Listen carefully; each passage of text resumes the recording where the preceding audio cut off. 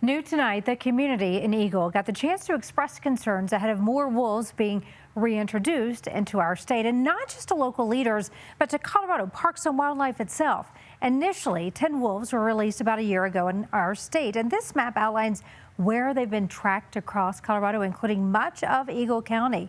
Your reporter in the mountain, Spencer Wilson, joins us now live. And Spencer, a lot of the conversation with wolf reintroduction really has centered around transparency. Everybody wants more information. They want more information specifically because the first time we reintroduced wolves, we weren't told when, we weren't told where, and there's a lot of confusion as those wolves were placed back into Colorado. Now, as we head towards the additional reintroduction with a resupply of either 10 or 15 additional wolves, a lot of these high country communities are asking what's going on with a plan that has some pretty egregious faults. We've had numerous sightings. If you ask rancher Susan Nottingham how wolf reintroduction in Colorado is going, she says, abject failure.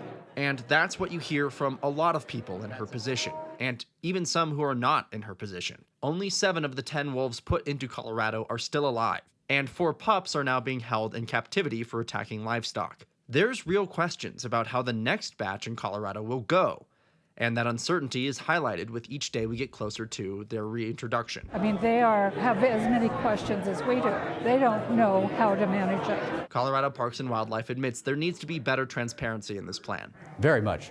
And that, I would say that doesn't even hold true specific to wolves. That's all of everything. The problem is the people that suffer from that are primarily ranchers. Things like uncertainty over the exact definition of what counts as a wolf attacking livestock and what doesn't. If CPW has trouble getting a resolution like what's a deprecating wolf, legislator will decide. That's the good news about a legislature. They will decide. And so I think it's time for them to act. It's a moment where everyone has come together to take a hard look at the progress, or lack thereof, from the plan. The ranchers lay blame with voters and legislators, not CPW officers, who they feel are just as frustrated as they are. We have personal lives, we have personal thoughts and opinions. When we go to work, we have to put those on hold. Our responsibilities are to the agency. That's what we're doing. So I think there's some accuracy in some of the statements that were made there.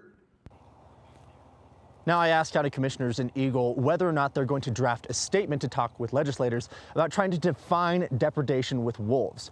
They said, and that was because people there at that meeting were asking them to do that. They told me whether or not that's actually within their power, they are going to be exploring different options to help represent their community and bring their issues with the plan and the continued reintroduction plan to the Front Range. Hash it out between the two of them. Live in the high country, Spencer Wilson covering Colorado First. Spencer, we appreciate all of your coverage on this ongoing issue. Thank you.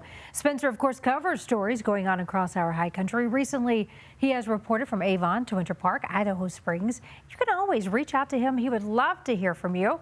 You can do it through cbscolorado.com.